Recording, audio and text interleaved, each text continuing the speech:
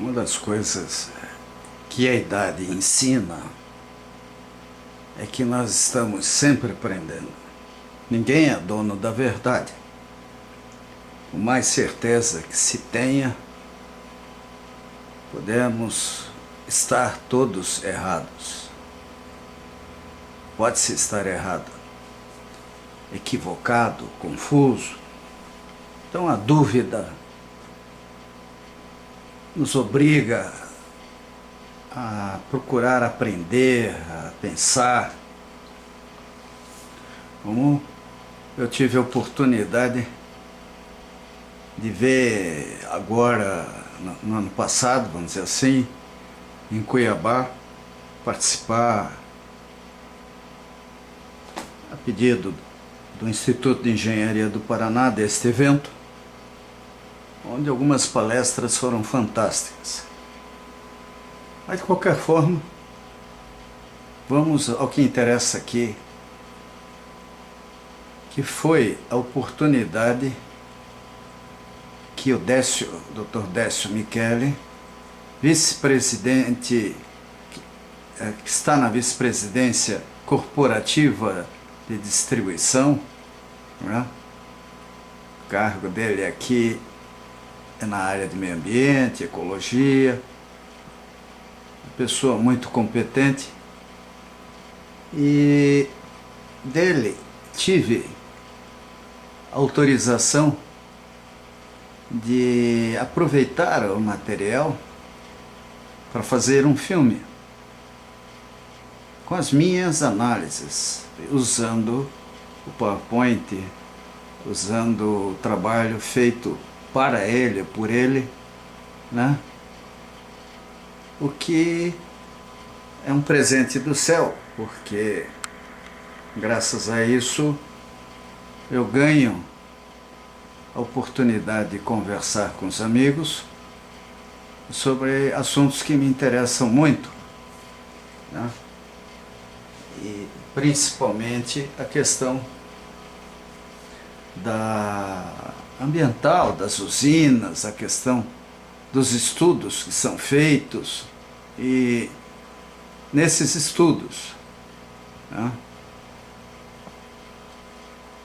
os modismos, as preocupações, que muitas vezes atrapalham muito mais do que ajudam. Nós temos que pensar no Brasil 2050, né? O nosso Brasil futuro. Muitos poderão dizer, poxa vida, mas até lá nós vamos descobrir ainda muita coisa. De fato, tomara que isso aconteça. Mas a área de energia elétrica, ela não pode esperar.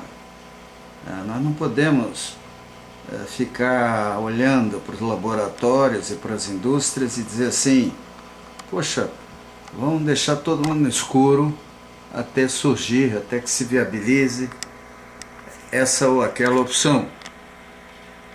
Então a preocupação que o planejador tem é de, dentro do espaço de conforto e de necessidades da sua empresa, ver o que pode ser feito, discutir, analisar e aí trabalhar. Mas, como eu disse, gostei muito desse PowerPoint feito para um congresso, dia 1º de fevereiro desse ano, ou seja, ontem, pelo jeito, que tem como tema sustentabilidade, né? Como empreendimentos bons se tornam ruins. Esse é um assunto seríssimo. Lógico que o PowerPoint começa mostrando a área de concessão do Grupo Rede, que é enorme, e vamos logo ao que nos interessa, né? Qual a problemática da governança ambiental, né? Então, o que nós vemos? Bem, antes de mais nada, isso virou, vamos dizer assim, uma indústria, uma oportunidade de trabalho, nem sempre explorada de forma adequada, nem sempre racional. Ao contrário, até na maioria das vezes conduzido com um radicalismo emocional que incomoda. Mas, de qualquer forma, é mais do que evidente que as demandas ambientais são cada vez mais complexas, caras e de menor previsibilidade. Essa menor previsibilidade vem até da fragilidade da nossa legislação, que não deixa muito claro o que é um impacto ambiental, um crime ambiental, admite presunção de crime, tem uma série de coisas na jurisprudência, na dinâmica de um grande projeto, que vira um pesadelo para o empreendedor, seja ele um empreendedor estatal ou privado. Eu vi isso na usina de Caxias, onde a Copel era vítima, onde era empreendedora. E acabei descobrindo aqui em Curitiba, depois que me aposentei, as manhas, as artes, até mais simples, vamos dizer assim, que muita gente aplicou para fazer dinheiro às custas, não da Copel, e sim do consumidor de energia elétrica, que é ele que na ponta vai pagar por tudo isso. Então a reduzida eficiência do sistema de licenciamento ambiental, tido como lento, burocrático e cartorial, expressando a não prioridade conferida aos órgãos ambientais, é agravada pela inexperiência dos técnicos envolvidos, elevado turnover. Bem, aí tem muita coisa que dá para falar, né? Esse licenciamento lento, burocrático e cartorial, ele vem também até da desestruturação dos órgãos de licenciamento, que precisariam ter profissionais de alto nível ou suporte de consultorias de renome, de competência ilibada. Isso não acontece. E o que a gente acaba sentindo é vamos dizer assim, uma improvisação colossal em torno do licenciamento, e essa improvisação custa dinheiro, custa tempo. Esse turnover, né, muito se explica quando se trata de empresas privadas, é o problema do menor preço, a Lei 866, é um dos efeitos, vamos dizer assim, um dos piores efeitos da legislação, que praticamente impõe a quem quer fazer qualquer coisa descobrir uma maneira de reduzir custos. Reduz custo, aumenta risco. E que riscos que nós aumentamos?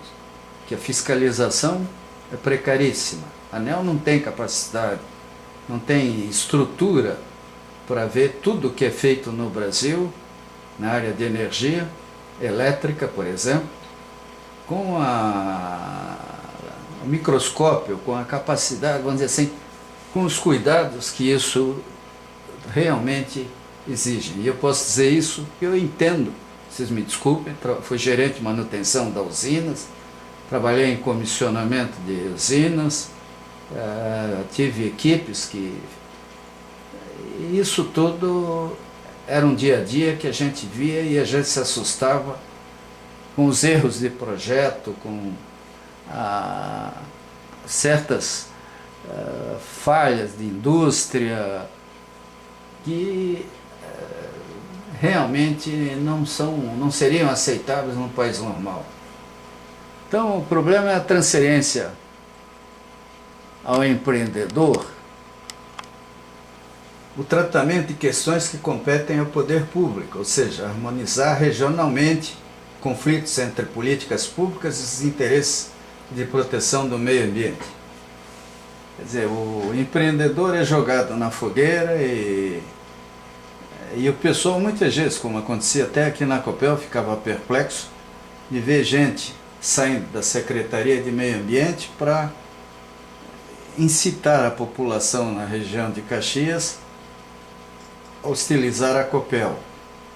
Então, coisas desse tipo aconteciam e provavelmente acontecem, porque cria-se dificuldades para se cobrar facilidades, né? E essa é uma prática brasileira preocupante. Bem, avaliação de impactos ambientais sobre o microclima e macroclima. Esse é um problema grave, até porque nós não temos uma estrutura de meio ambiente, de clima, de meteorologia adequada. Comprar aí um computador, mas falta tudo, até por vaidades, querer centralizar tudo, às vezes. O cara quer, órgãos federais querem abraçar o Brasil, e o Brasil é muito grande para os braços deles. E não há investimentos adequados em sistemas regionais, locais, né? Algo que deveria ser visto com mais carinho. Se o estado é muito pequeno, façam um acordo com o estado vizinho, com uma coleção de estados, mas implantem um sistema de climatologia, de meteorologia decente, né? Nós estamos vendo aí o drama das catástrofes, problemas de todo tipo, que acontecem por quê? Porque simplesmente o governo levou a esse estado de coisas. Lá, eu sou de Blumenau, catarinense, nasci com o pé dentro d'água, em enchentes, e a gente nota que as coisas vão acontecendo de uma maneira surpreendentemente irresponsável, que lamentavelmente acabam provocando tragédias como aconteceram no início desse ano. Então, esse Brasil 2050 que nós temos que pensar, passa, com certeza, né, por essa questão de desenvolver um sistema eficaz, não né, porque aí já vai ter um chefe, provavelmente vai ficar em Brasília, né? Nós precisamos, em cada estado, cada região crítica, tem que ter suas equipes, tem que ter radares, tem que ter monitoramento de rios, programas online, e não ser uma coisa improvisada. A defesa civil de cada município, de cada grupo de municípios, de cada região, tem que existir, porque por enquanto ela é mais para criar, vamos dizer assim, notícias na hora que eles aparecem para desenterrar os soterrados. Obviamente, né, aqui o item 5, né, nós precisamos de um zoneamento econômico, ecológico que discipline o uso e as oportunidades de ocupação do espaço territorial. Isso é natural, é justo, e o zoneamento também não será uma coisa intocável, porque à medida que o pessoal for avaliando melhor decisões tomadas, poderá até corrigir radicalizações ou ampliar, vamos dizer assim, cenários de proteção que a gente sente que não acontecem, até por medo, talvez, de botar o dedo na ferida, né? Nós temos aqui no Brasil, São Paulo, Curitiba, por exemplo, crescendo em cima da Mata Atlântica, na nascente de grandes rios, em cima do aquífero Guarani, e aí? Aí ninguém olha, né? O pessoal vai olhar lá na Amazônia, tem que ver aqui também, né? Então, O fato é que nós temos uma grande muralha verde, e essa muralha, né, ela é de fato uma muralha, precisa ser, né, ela não poderia ser um tapete verde, um suporte verde para tudo que é necessário, né? A região amazônica tem um potencial hidrelétrico colossal e seria burrice a gente desperdiçar o que lá existe, ainda mais que tecnologia para compensar impactos ambientais existe. A questão só é avaliar tudo isso de forma adequada, né?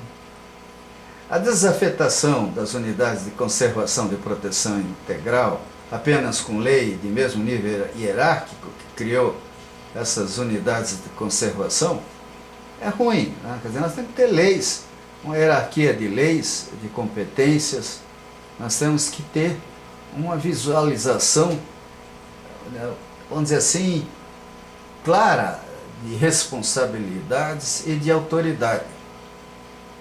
Então, continuando, a principal demanda não é por novos instrumentos legais ou pela flexibilização daqueles existentes, né? Nós já temos leis demais no Brasil.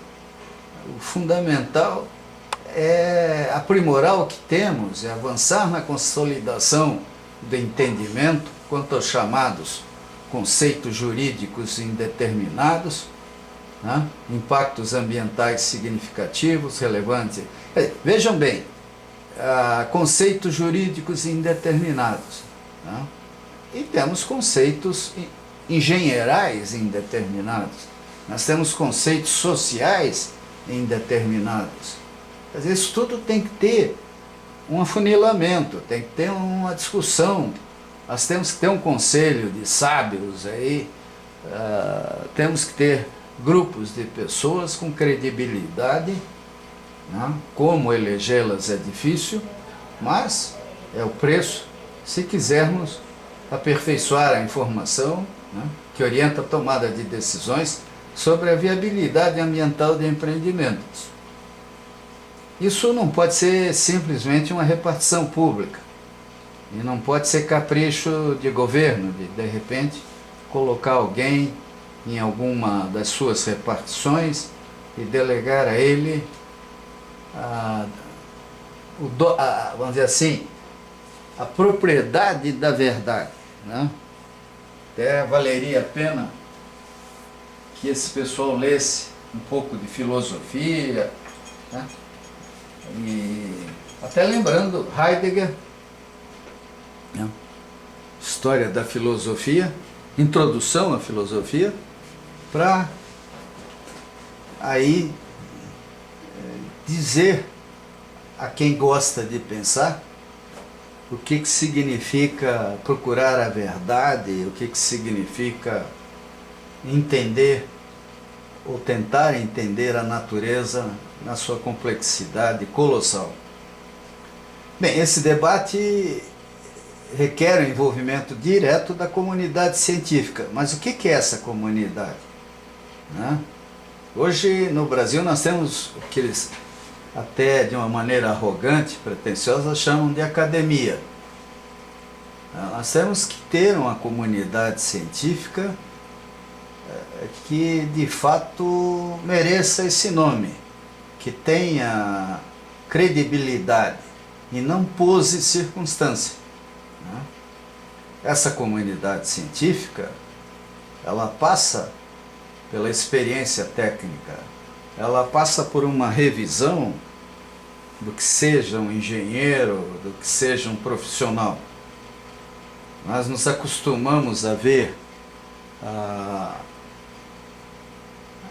o indivíduo com diploma 2 ou 3 ou falando difícil como se ele fosse um cientista intocável, né? E aí é que reside o erro, né?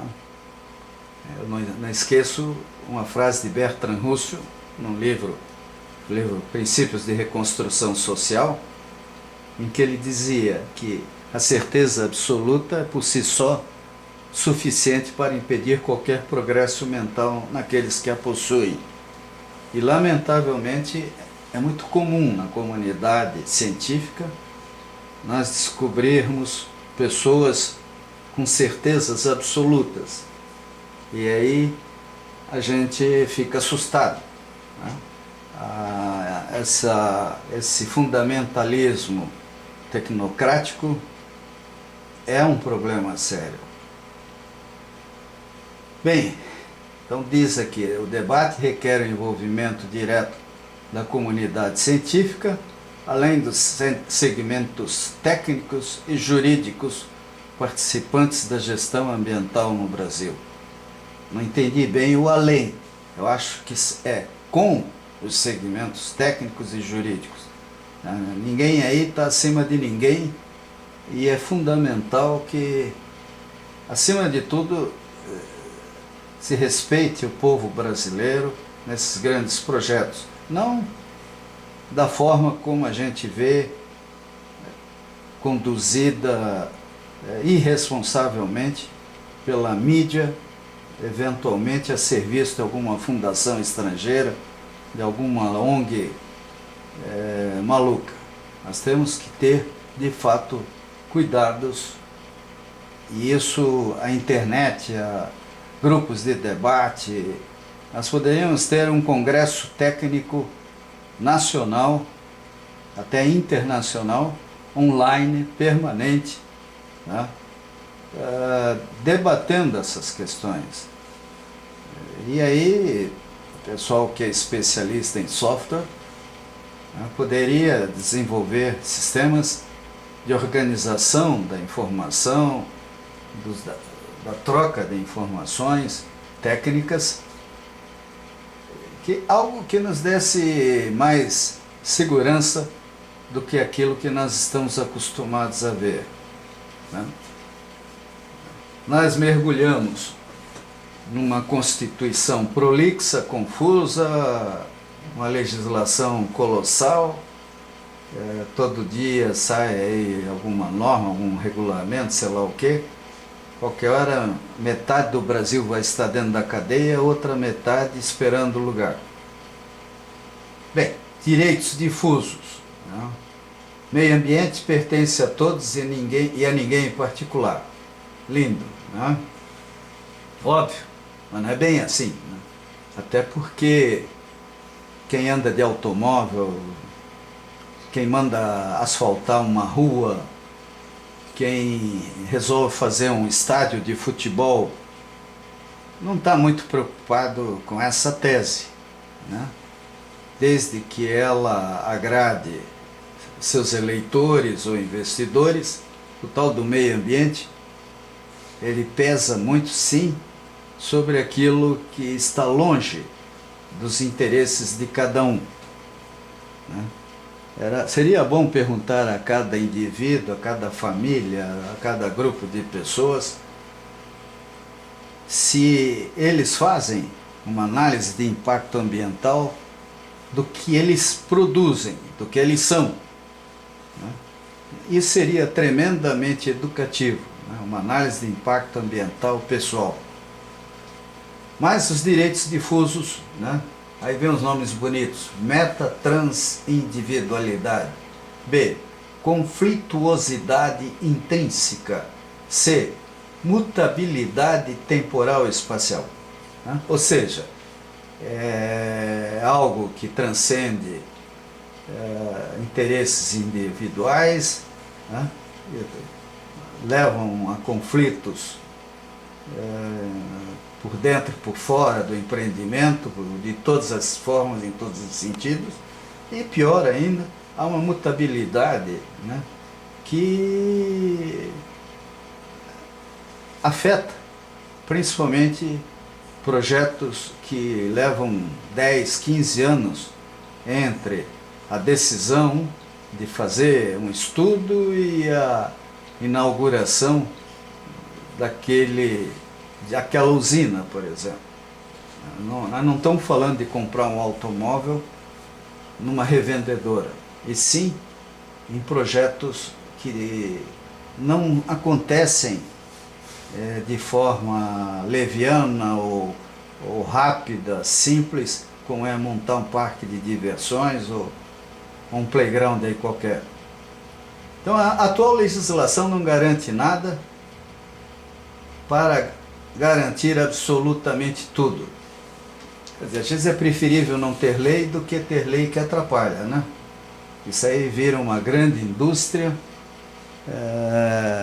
é uma maná de advogados, e nós devemos, em todas as nossas leis, quer dizer, o Congresso Nacional, as Assembleias Legislativas, as Câmaras de Vereadores, teriam, na racionalização de leis existentes, o grande desafio positivo, porque mais lei, mais a complicar mais, não é bom, né? O Brasil já está suficientemente atrapalhado com leis que nem domina e nem conhece. Se Moisés recebeu 10 mandamentos e é difícil respeitar os 10, né? Quanto mais 250. Então os atos de licenciamento e outorga são absolutamente precários. Concordo em gênero e número.